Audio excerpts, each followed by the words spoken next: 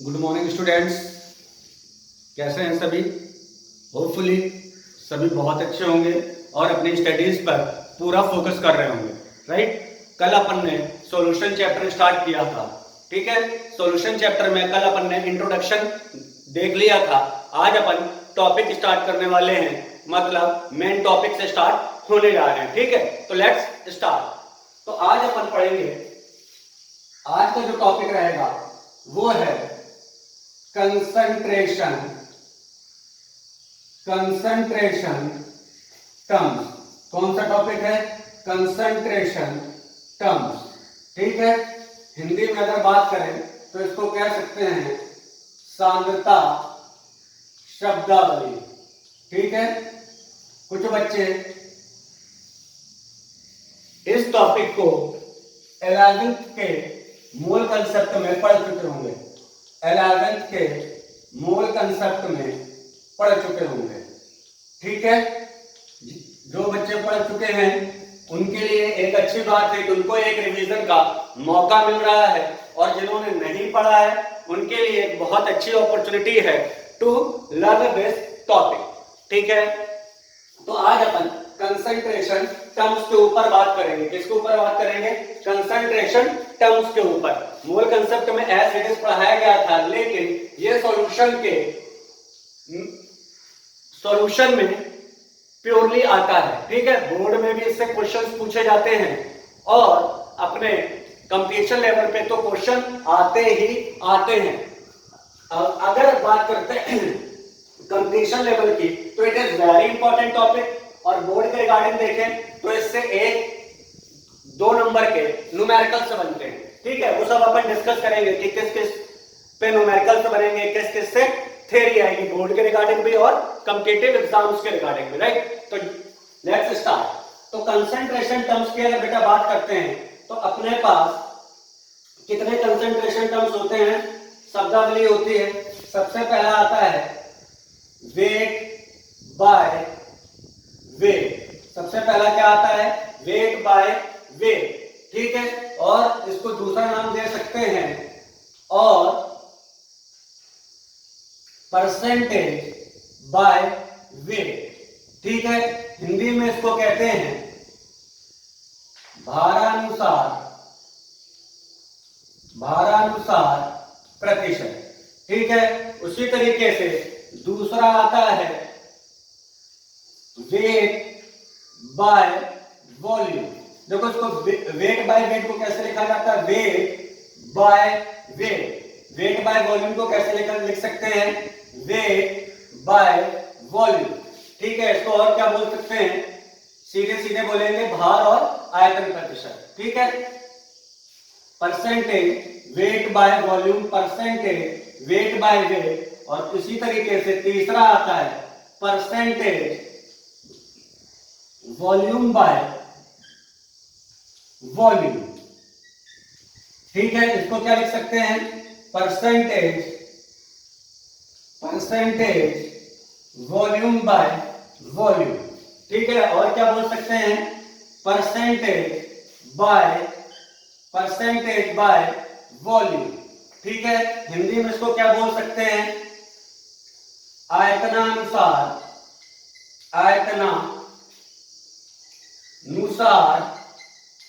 प्रतिशत। क्या बोल सकते हैं बेटा?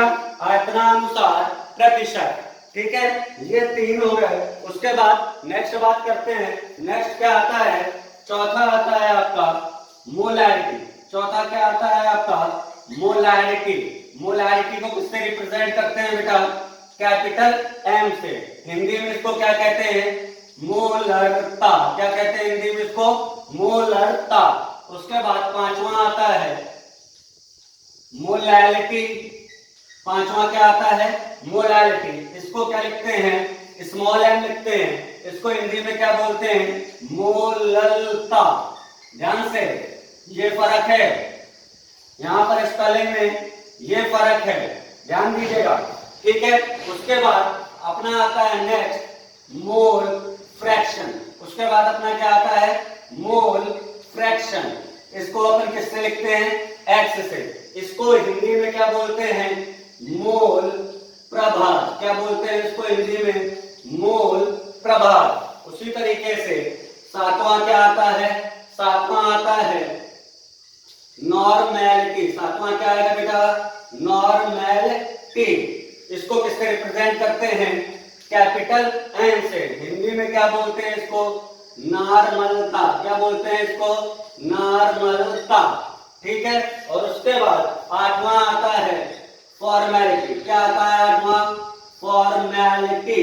इसको किससे रिप्रेजेंट करते हैं, कैपिटल एफ से। जैसे नाम से पता चल रहा है इसका नाम क्या है बेटा, फॉर्मेलिटी।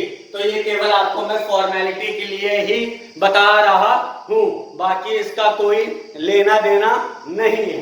ठीक है। तो ये अपन ने पढ़ लिए कंसंट्रेशन टर्म्स। तो अपन ने कितने कंसंट्रेशन टर्म्स देखे, 8 कंसंट्रेशन टर्म्स देखे। पहला कंसंट्रेशन टर्म्स क्या है, परसेंटेज वेट बाय वेट और परसेंटेज बाय वेट। दूसरा क्या है, परसेंटेज वेट बाय वॉल्यूम और इसको क्या लिख सकते हैं, परसेंटेज वेट बाय वॉल्यूम। तीसरा क्या है, परसेंटेज वॉल्यूम बाय वॉल्यूम और इसको क्या कह सकते हैं, परसेंटेज बाय वॉल्यूम। उसी तरीके से बात करते हैं आगे क्या है, मोलैरिटी, जिसको किससे रिप्रेजेंट करते हैं, कैपिटल एम से। उसके बाद क्या है, मोलैरिटी, इसको किससे रिप्रेजेंट करते हैं, स्मॉल एम से। मोल फ्रैक्शन को किससे रिप्रेजेंट करते हैं, एक्स से। नॉर्मेलिटी को किससे रिप्रेजेंट करते हैं, कैपिटल एन से। और लास्ट में क्या आ गया अपना, फॉर्मेलिटी। ठीक है।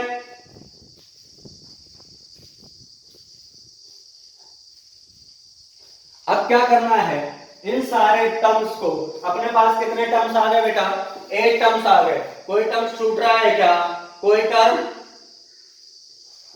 छूट नहीं रहा है। ठीक है, कोई दिक्कत तो नहीं, राइट। अब इसके बाद क्या करना है, अपन को ये सारे 8 चीजें, इसमें से अपन कितनी चीजें पढ़ेंगे, 7 चीज पढ़ेंगे। कितनी चीज पढ़ेंगे, 7 चीजें पढ़ेंगे डिटेल में। ठीक है, पॉइंट क्लियर है। अब देखिए, उसके पहले, शुरू करने के पहले मैं बेसिक से बिल्कुल स्टार्ट करने की कोशिश कर रहा हूं और इनफैक्ट करूंगा भी। तो आपको बहुत ध्यान से इस चीज को समझना है। क्या करना है, बहुत ध्यान से इस चीज को समझना है ताकि गलती से भी गलती ना हो, राइट। तो अपन स्टार्ट करते हैं। देखिए अपन क्या करते हैं, सबसे पहले अगर सबसे पहले बात करते हैं इन सभी को अपन 2 ग्रुप में डिवाइड कर लेते हैं। एक को क्या बोलते हैं, ग्रुप ए। एक को क्या बोलते हैं, ग्रुप ए, और दूसरे को क्या बोलते हैं, ग्रुप बी। दूसरे को क्या बोलते हैं, ग्रुप बी। ठीक है। देखिए ये इसलिए मैं डिवाइड कर रहा हूं कि यहां से फाउंडेशन में क्वेश्चन बनता है।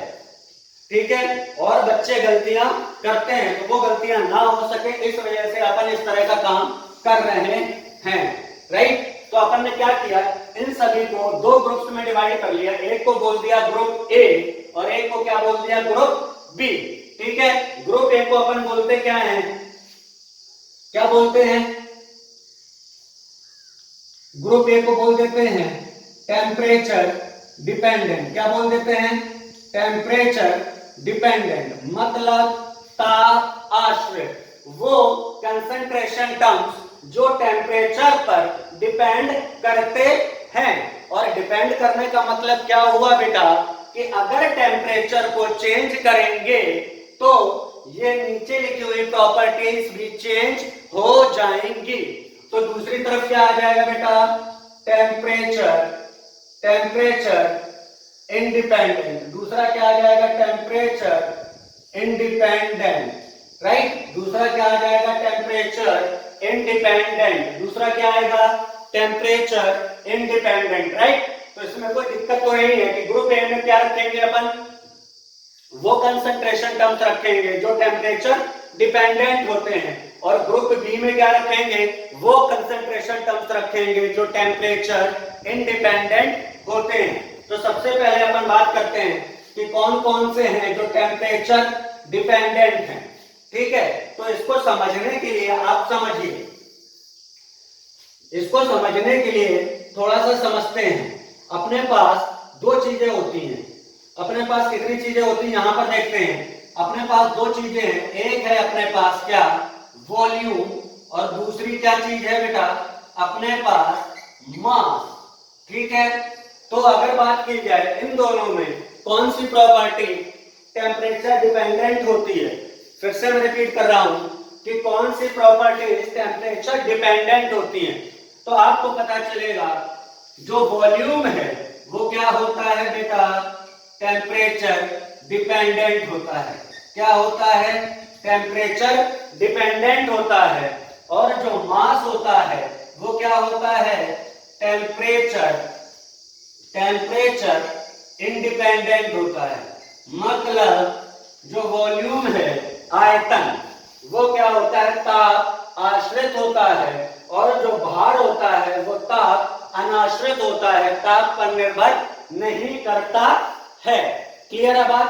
तो ऑब्वियस सी बात है, इनमें से जिनके फॉर्मूले में वॉल्यूम आएगा वो कैसे हो जाएंगे, टेम्परेचर डिपेंडेंट हो जाएंगे, और जिनके फॉर्मूले में वॉल्यूम नहीं आएगा वो क्या हो जाएंगे, टेम्परेचर इंडिपेंडेंट। क्या हो जाएंगे, टेम्परेचर इंडिपेंडेंट। ठीक है, तो अभी मैं लिख देता हूं, जब इनको डिटेल डिस्कस करेंगे तो आपको फॉर्मूले भी पता चल जाएंगे, तो आप उससे पता कर सकते हैं खुद भी कि ये टेम्परेचर डिपेंडेंट होंगे या फिर टेम्परेचर इंडिपेंडेंट होंगे। राइट, ठीक है, चलिए चलते हैं। तो सबसे पहले बात करते हैं टेम्परेचर डिपेंडेंट में आता क्या है, परसेंटेज वेट बाय वॉल्यूम। दूसरा क्या कह सकते हैं, मोलैरिटी। ठीक है, तीसरा क्या कह सकते हैं, नॉर्मेलिटी। तीसरा क्या कह सकते हैं, नॉर्मेलिटी। और क्या कह सकते हैं, और कोई चीज बच गया, मोलैरिटी हो गया, नॉर्मेलिटी हो गया, परसेंटेज वेट बाय वेट हो गया। ठीक है, अब बात करते हैं टेम्परेचर इंडिपेंडेंट की। तो इसमें आता है परसेंटेज वेट बाय वेट। दूसरा क्या आता है, जो मेन है उनकी बात कर रहे हैं। ठीक है, उसके बाद आता है आपका मोलैलिटी। मोलैलिटी को क्या लिखते हैं, स्मॉल m। और तीसरा पॉइंट आता है आपका मोल फ्रैक्शन। उसके बाद तीसरा पॉइंट क्या आता है, मोल फ्रैक्शन, जिसको अपन x से लिखते हैं। तो देखिए ध्यान से, क्या होता है, कंपटीशन लेवल पे क्वेश्चन पूछा जाता है which of the following is temperature independent. तो मोस्टली जो क्वेश्चन बनता है बेटा वो किस पे बनता है, या तो मोलैरिटी पे बनता है या मोल फ्रैक्शन पे बनता है। ये दोनों क्वांटिटीज बेटा कैसी हैं, टेम्परेचर इंडिपेंडेंट है। मतलब टेम्परेचर चेंज करने पर ये सारी क्वांटिटीज चेंज नहीं होंगी, जबकि यहां पर टेम्परेचर चेंज करने पर ये क्वांटिटीज चेंज हो जाएंगी। ठीक है, बात समझ में आ गई, ध्यान रहेगा। किसी को कोई दिक्कत बताइए।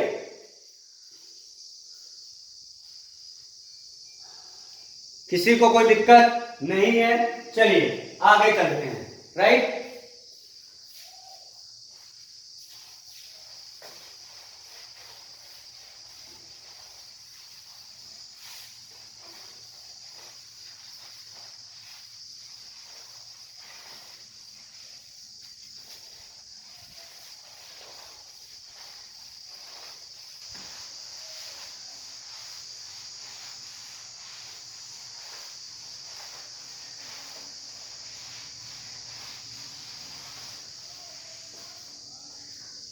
अब क्या करते हैं अपन, एक एक प्रॉपर्टी को प्रॉपर डिटेल्ड स्टडी करेंगे। ठीक है, तो सबसे पहले अपन स्टार्ट करते हैं कौन सी प्रॉपर्टी। तो देखिए अपन क्या कर रहे हैं, तीन प्रॉपर्टीज एक साथ ले रहे हैं, तीन कंसंट्रेशन टर्म्स एक साथ ले रहे हैं। पहला क्या है, परसेंटेज वेट बाय वेट। पहली प्रॉपर्टी, पहला टर्म क्या ले लिया, परसेंटेज वेट बाय वेट। दूसरा क्या ले लिया, परसेंटेज वेट बाय वॉल्यूम। ठीक है, और उसी तरीके से तीसरा क्या ले लिया, तीसरा अपन ने ले लिया परसेंटेज वॉल्यूम बाय वॉल्यूम। और तीसरा क्या ले लिया, परसेंटेज वॉल्यूम बाय वॉल्यूम। ठीक है, अब ये चीज देखिए, ये जो लिखे हुए हैं, ये सारी चीजें लिखी हुई हैं, वो किस तरीके से लिखी हुई है, बहुत ध्यान से, ये जो चीजें लिखी हैं वो किस तरीके से लिखी हुई हैं। ठीक है ना, तो बेटा ये तीनों चीजें किस तरीके से लिखी हुई हैं, ये लिखी हुई हैं परसेंटेज सॉल्यूट अपॉन सॉल्यूशन। क्या लिखी हुई है? Percentage solute upon solution. Point समझिए किस तरीके से लिखी हुई है, परसेंटेज सॉल्यूट अपॉन सॉल्यूशन। मतलब जो ऊपर लिखा हुआ है वो क्या लिखा हुआ है, अगर बात करते हैं बेटा इन तीनों की, किसकी बात करते हैं, इन तीनों की बात करते हैं, तो ये क्या है, ये हैं आपके सॉल्यूट। ये आपके क्या है बेटा, ये आपके क्या हैं, सॉल्यूट हैं। ये सारी चीजें क्या हो गई, सॉल्यूट। क्यों, मैंने आपको अभी क्या बताया कि ये सारी चीजें किस तरीके से लिखी हुई हैं, परसेंटेज सॉल्यूट अपॉन सॉल्यूशन। मतलब जो ऊपर लिखा हुआ है वो क्या लिखा हुआ है बेटा, सॉल्यूट लिखा हुआ है, और जो नीचे लिखा हुआ है वो क्या लिखा हुआ, अगर इनकी बात करते हैं, ये जो लिखे हुए हैं ये सब क्या लिखे हुए हैं, सॉल्यूशन लिखे हुए हैं। क्या लिखे हुए हैं, सॉल्यूशन लिखे हुए। बताइए बात समझ में आ रही है? मतलब ये तीनों चीजें क्या लिखे हुए, परसेंटेज वेट, ध्यान से, percentage wait of solute upon weight of solution. ये कैसे लिखा हुआ है, wait of solute upon volume of solution. ये किस तरीके से लिखा हुआ है बेटा, volume of solute upon volume of solution. बोलिए पॉइंट क्लियर हुआ? इसमें किसी को कोई दिक्कत? कोई दिक्कत नहीं, पक्का ना? चले आगे, चलिए, बहुत अच्छी बात। अब इसको डिटेल करते हैं। ठीक है, तो सबसे पहले अपन ले लेते हैं परसेंटेज वेट बाय वेट। क्या ले लिया अपन ने, परसेंटेज वेट बाय वेट। तो इसकी बेटा डिफिनेशन क्या होगी, तो इसकी डिफिनेशन क्या होगी, तो इसकी डिफिनेशन के लिए कह सकते हैं, क्या था ऊपर, wait of solute, the wait of solute present in percentage. का मतलब कितना में होता है बेटा, जब भी कभी परसेंटेज की बात करते हैं तो परसेंटेज का मतलब होता है इन 100। क्या होता है, इन 100।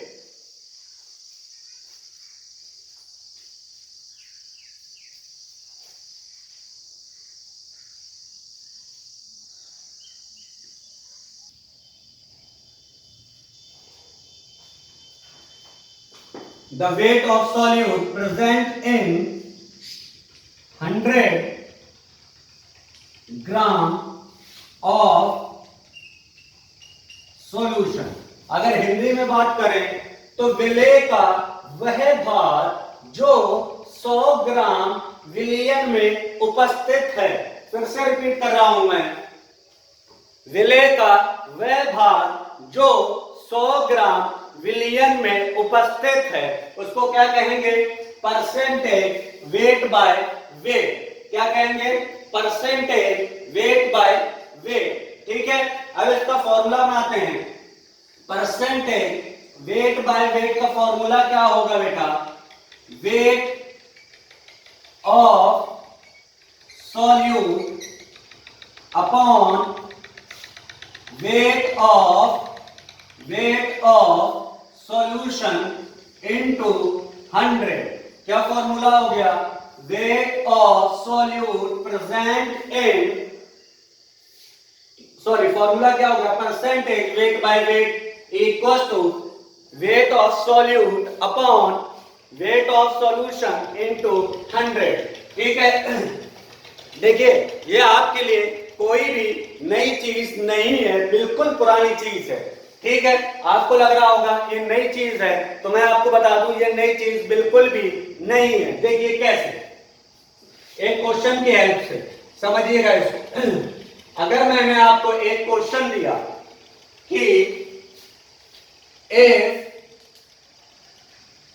200 grams of solute present in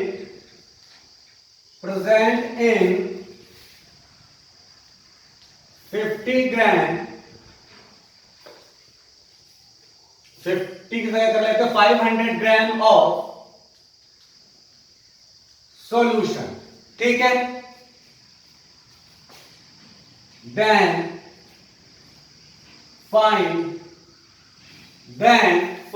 पहला पार्ट क्या दिया,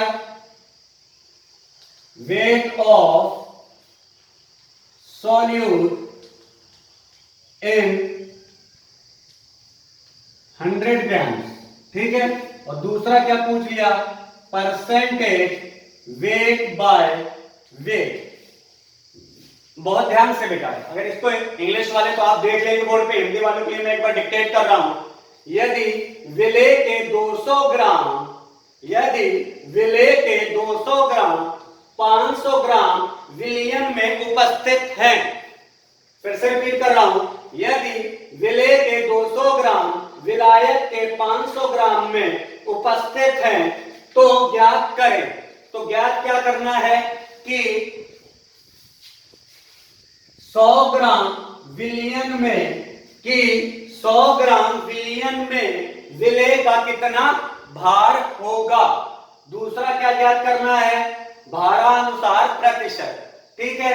तो अगर ये वाला क्वेश्चन है आपके लिए तो बताइए, इस क्वेश्चन को आप बचपन से करते आए हैं कि नहीं। सिंपल सा क्वेश्चन है, तो मतलब सीधे सीधे क्वेश्चन क्या बना, if 200 grams of solute present in 500 grams of solution, then find weight of solute present in 100 grams of solution, right? यही क्वेश्चन बना। हिंदी वालों के लिए बात करें, यदि विले के 200 ग्राम विलियन के 500 ग्राम में उपस्थित हैं तो विले का वह भार ज्ञात करें जो विलियन के 100 ग्राम में उपस्थित होगा। समझ में आ रही है बात, ठीक है। तो इसको कैसे करते थे, देखिए, इन 500 ग्राम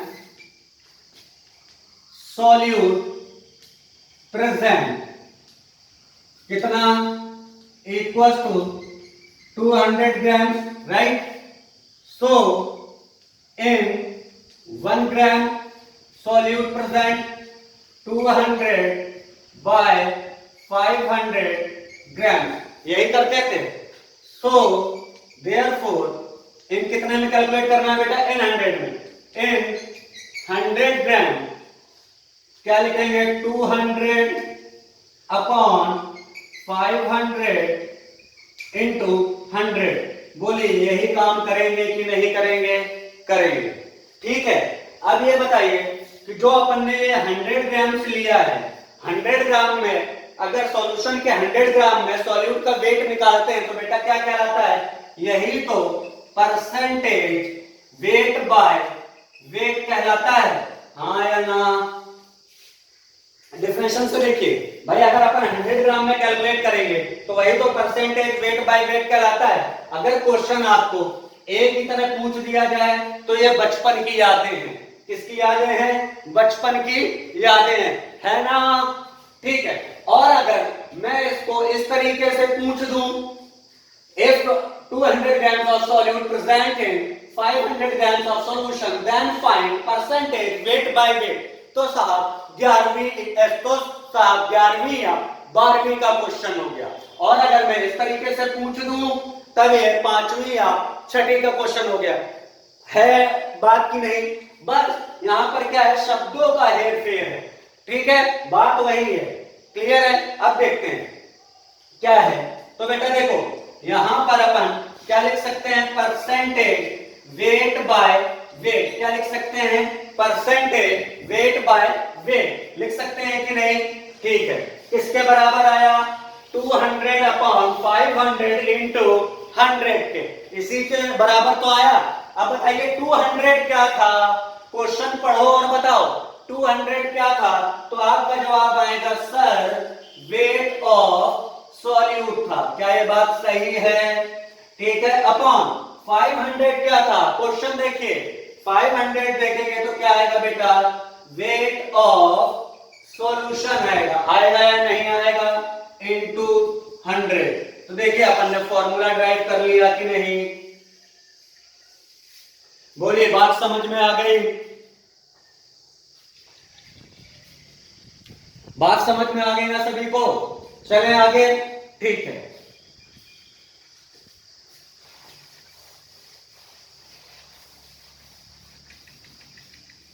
आगे देखते हैं।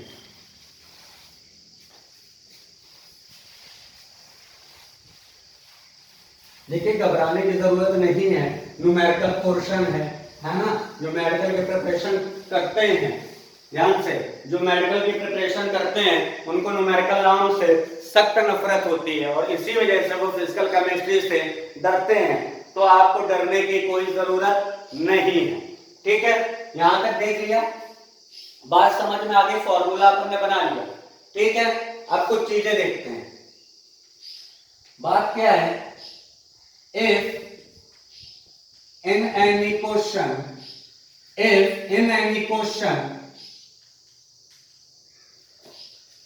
given that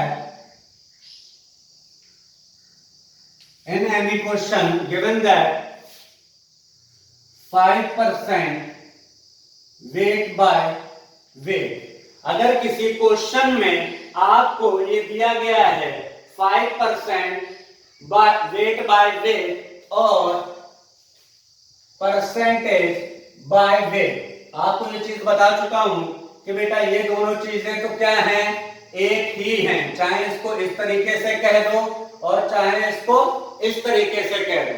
तो आप क्या समझेंगे, तो व्हाट यू अंडरस्टैंड, समझना, इसको बहुत ध्यान से समझना है बेटा, व्हाट डू अंडरस्टैंड, तब आप क्या समझेंगे, ठीक है। तो अगर कुछ इस तरीके का आपको दिया गया है 5%, तो आप क्या समझेंगे, 5 grams of solute, 5 grams of solute present in 100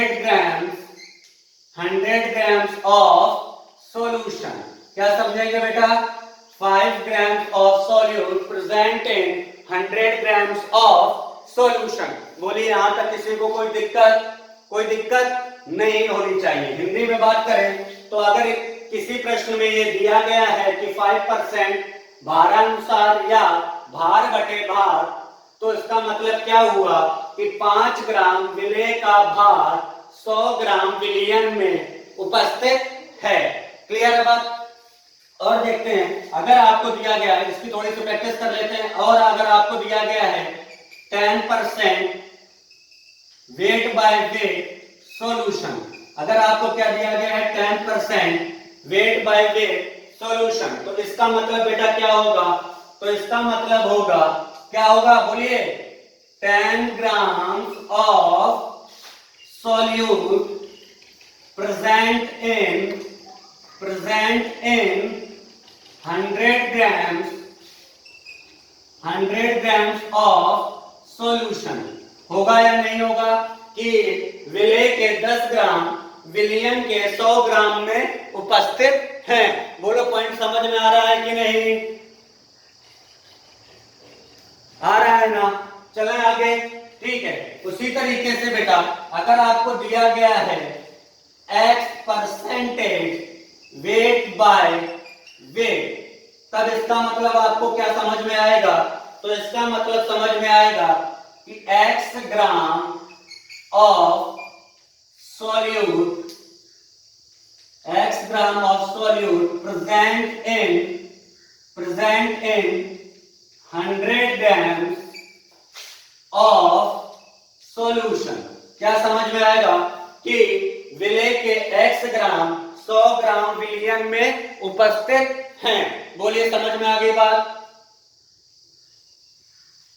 ठीक है। आगे चलते हैं, ठीक है।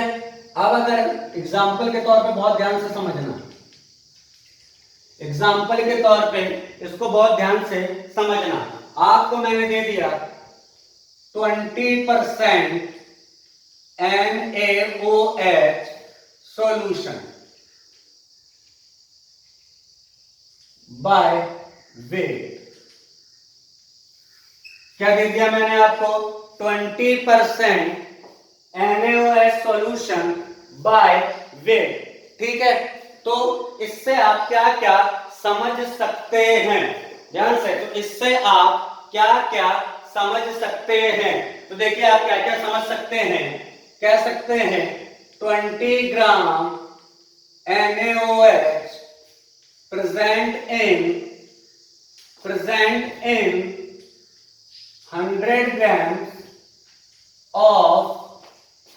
grams of solution। पहला तो आप ये समझ सकते हैं, बोलिए समझ सकते हैं या नहीं? ठीक है, उसके बाद दूसरी चीज समझिए, अपन ने क्या किया, 80 ग्राम क्या ले लिया? वाटर ले लिया। क्या ले लिया? 80 ग्राम वाटर ले लिया, और इसमें अपन ने 20 ग्राम NaOH डाल दिया। क्या डाल दिया? 20 ग्राम NaOH डाल दिया। तो बोलिए ये सॉल्यूशन बनेगा कि नहीं? बोलिए ये सॉल्यूशन बनेगा कि नहीं? ये सॉल्यूशन बन जाएगा। तो सॉल्यूशन का वेट कितना होगा? सॉल्यूशन का वेट कितना होगा? सोचने वाली बात है। तो सीधी सी बात है बेटा, 80 ग्राम पानी लिया और 20 ग्राम NaOH लिया, सॉल्यूशन तो ये पूरा है, तो ये पूरे का वेट कितना आ जाएगा? 80 प्लस 20 ग्राम इक्वल टू कह सकते हैं अपन 100 ग्राम। क्या कह सकते हैं अपन? 100 ग्राम कह सकते हैं कि नहीं? तो इसका मतलब यहां पर एक चीज समझ में आ गई कि weight of solution equals to weight of solute plus weight of solvent। बोलिए कह सकते हैं कि नहीं? इस चीज को बेटा ध्यान रखना है आपको, इस चीज को क्या करना है आपको? ध्यान रखना है कि weight of solution equals to weight of solute plus weight of solvent। ठीक है, कोई दिक्कत तो नहीं इसमें? ठीक है, चलिए आगे चलते हैं।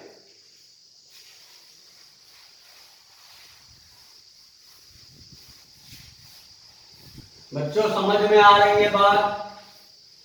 केमिस्ट्री पढ़ने में मजा आ रही है? ठीक है, जिन बच्चों को केमिस्ट्री पढ़ने में इंटरेस्ट नहीं आ रहा, प्लीज वो एक बार मेरे को बताएं।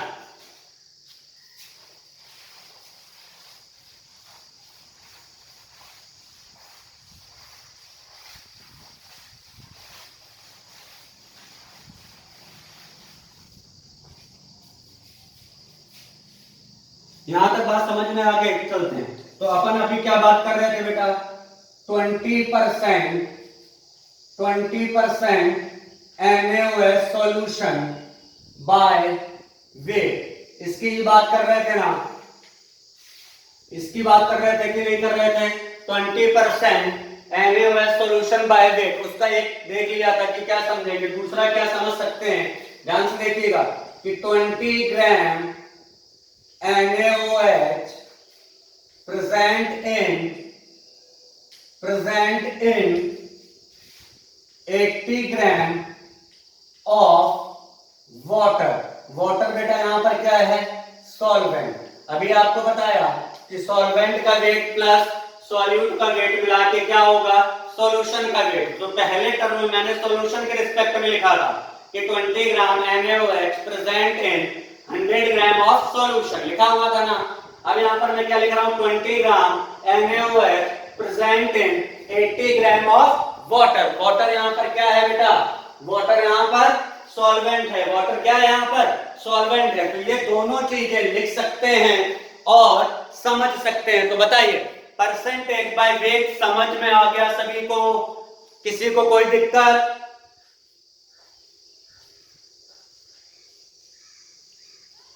चलिए आगे चलते हैं। अब उसके बाद बात करते हैं अपन परसेंटेज वेट बाय वॉल्यूम।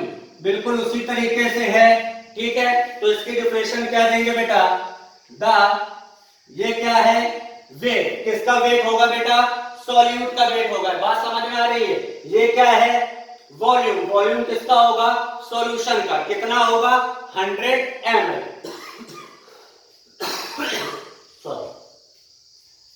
क्या लिख सकते हैं, the weight of solute, the weight of solute present in 100 ml of solution, क्या लिख सकते हैं, 100 ml of solution। बोलिए, बात ध्यान रहेगी कि the weight of solute present in 100 ml of solution, अगर इसको हिंदी में बात करें तो कह सकते हैं विलेय का वह भार जो विलयन के 100 ml में उपस्थित है, ठीक है। तो उसी तरीके से इसका बेटा फॉर्मूला क्या बन जाएगा, परसेंटेज वेट बाय वॉल्यूम, बिल्कुल उसको उसी तरीके से कैलकुलेट कर सकते हैं, क्या, वेट ऑफ सॉल्यूट अपॉन में क्या आएगा, बोलो, वेट ऑफ सॉल्यूशन आएगा, नहीं, क्या आएगा, volume of solution, volume of solution into 100, क्या आएगा, percentage weight by volume equals to weight of solute upon volume of solution into 100। Clear है, यहां तक किसी को कोई दिक्कत, आगे चलते हैं। अगर अब आपको दिया गया हो 20% H2SO4 by 20% H2SO4 solution weight by volume, तो इसका मतलब क्या समझेंगे, बोलिए बेटा, तो इसका मतलब समझेंगे क्या कि 20 grams of H2SO4 present in 100 ml of solution। बोलिए, कह सकते हैं H2SO4 के 20 ग्राम विलयन के 100 ml में उपस्थित हैं। उसी तरीके से क्या कह सकते हैं कि 20 ग्राम of H2SO4 present in 80 ml of water और solvent। बोलिए बेटा, कह सकते हैं कि नहीं, क्या ये वाला जो लिखा है वो सही है, हाँ जी बिल्कुल सही है। अब ये बताओ, क्या जो मैंने ये लिखा है कि H2SO4 के 20 ग्राम जल या विलायक के 80 ml में उपस्थित हैं, क्या ये बात सही है?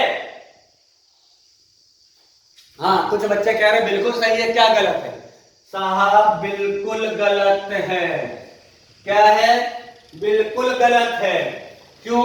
अब आपके दिमाग में आ रहा होगा साहब ये क्या है, पीछे अभी यहाँ पे तो बताया था कि हाँ होता है, अब यहाँ पर मना कर रहे हैं, है ना? तो आप खुद सोच के देखिए वो कौन सा साइंटिस्ट है जो 20 gram plus 80 ml equals to 100 ml लिख सकता है? बोलिए, है कोई ऐसा साइंटिस्ट जो 20 ग्राम और 80 ml को मिला के 100 ml लिख दे? भाई मैं तो साइंटिस्ट नहीं हूं, अभी तक ऐसा कोई साइंटिस्ट आया भी नहीं। तो आप लोगों में से कोई हो तो अलग की बात है कोई? नहीं, बच्चे होते हैं, साइंटिस्ट होते हैं, है ना? एक बार पेपर में क्वेश्चन पूछा गया, व्हाट इज हैवी वाटर, भारी जल क्या होता है? तो एक बच्चे ने लिखा कि जल जब भारी हो जाता है तो उसे भारी जल कहते हैं, राइट? तो आप लोग साइंटिस्ट होते हैं, हमें भी नहीं पता था कि भारी जल किसे कहते हैं, हमें तो गलत पता था, हमें पता था कि D2O को भारी जल कहते हैं। लेकिन एक बच्चे ने हमें बताया कि जब जल भारी हो जाता है तब उसे भारी जल कहते हैं। तो आप लोगों में से भी कोई साइंटिस्ट ऐसा तो नहीं है? नहीं। तो बात समझ में आ रही है? क्योंकि कभी भी 20 ग्राम और 80 ml को मिला के अपन 100 ml नहीं बना सकते हैं, इसलिए ये स्टेटमेंट रॉन्ग है। हाँ, ये स्टेटमेंट बिल्कुल सही है। क्यों सही है? क्योंकि इसकी डिफिनेशन ये बोलती है। समझ गए बात? चले आगे।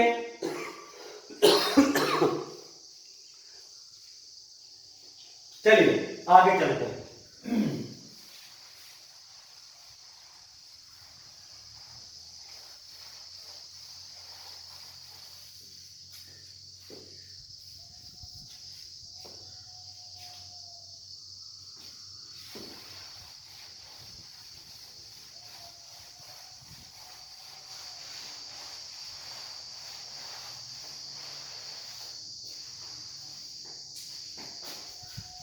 अब क्या बचा बेटा? अब बच गया परसेंटेज वॉल्यूम बाय वॉल्यूम, है ना? और इसी को क्या कहते हैं? और परसेंटेज बाय वॉल्यूम। ठीक है, इसको भी अपन देखते हैं। ठीक है, चलिए अब अगर बात करते हैं तो इसकी डिफिनेशन क्या होगी? ये क्या है बेटा? Volume of solute. ये क्या है? Volume of solution. फिर से रिपीट कर रहा हूं, ये क्या है बेटा? Volume of solute. और ये क्या है? वॉल्यूम ऑफ सॉल्यूशन, है ना? तो इसकी डेफिनेशन क्या आएगी? The volume of solute present in 100 ml of solution क्या आएगी? The volume of solute present in 100 ml of solution। Hindi में अगर बात करें तो अपन कह सकते हैं विलेय का वह आयतन जो विलयन के 100 ml में उपस्थित है, कह सकते हैं। ठीक है, तो इसका बेटा फॉर्मूला क्या बनेगा? परसेंटेज वॉल्यूम बाय वॉल्यूम का फॉर्मूला क्या बनेगा? तो अपन लिख सकते हैं, क्या लिख सकते हैं? वॉल्यूम ऑफ सॉल्यूट, क्या लिख सकते हैं? Volume of solute upon volume of solution. ध्यान से क्या लिख सकते हैं? परसेंटेज वेट बाय वॉल्यूम को volume of solute upon volume of solution into 100। बिल्कुल उसी तरीके से ड्राइव कर सकते हैं। बोलिए, यहां तक बात समझ में आ गई? यहां तक बात क्लियर है सभी को? कोई दिक्कत? कोई दिक्कत नहीं? ठीक है, चलते हैं आगे। अब अगर आपको कुछ इस तरीके से दिया गया हो 20% volume by volume, 20% volume by volume, तो इसका मतलब क्या होगा? तो एक मतलब तो ये आपको समझ में आ रहा है 20 ml of solute present in 100 ml of solution। क्या ये बात सही है? विलेय के 20 ml, विलेय के 20 ml 100 ml विलयन में उपस्थित हैं। क्या ये सभी को बात क्लियर हो रही है?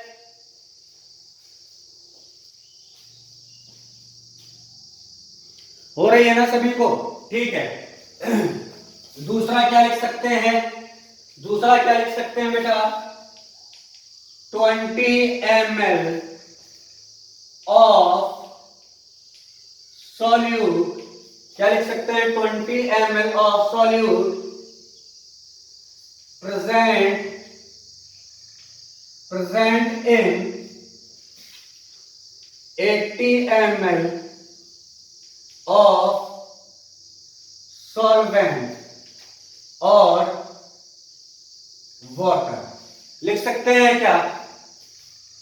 हम ये भी नहीं लिख सकते हैं। क्या कह रहा हूं कि विलेय के 20 ml विलायक के 80 ml में उपस्थित है, हम ये भी नहीं लिख सकते हैं। ठीक है, कुछ बच्चे सोच रहे होंगे ये तो सारे साइंटिस्ट होते हैं, 20 ml plus 80 ml equal to 100 ml ही होगा, है ना?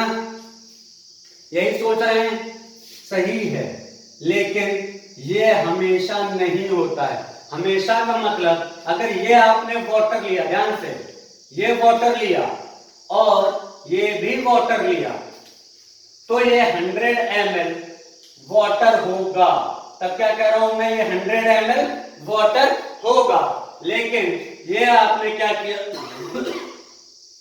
मान लीजिए, मतलब जब दोनों सॉल्वेंट या दोनों चीजें सेम है, भाई इधर भी वाटर है इधर भी वाटर है, जब मिक्स किया तब तो वो 100 ml सम के इक्वल आएगा। लेकिन अगर ये अलग अलग है, मान लिया एक अलग अलग का मतलब एक बेंजीन है, ठीक है, एक बेंजीन है और एक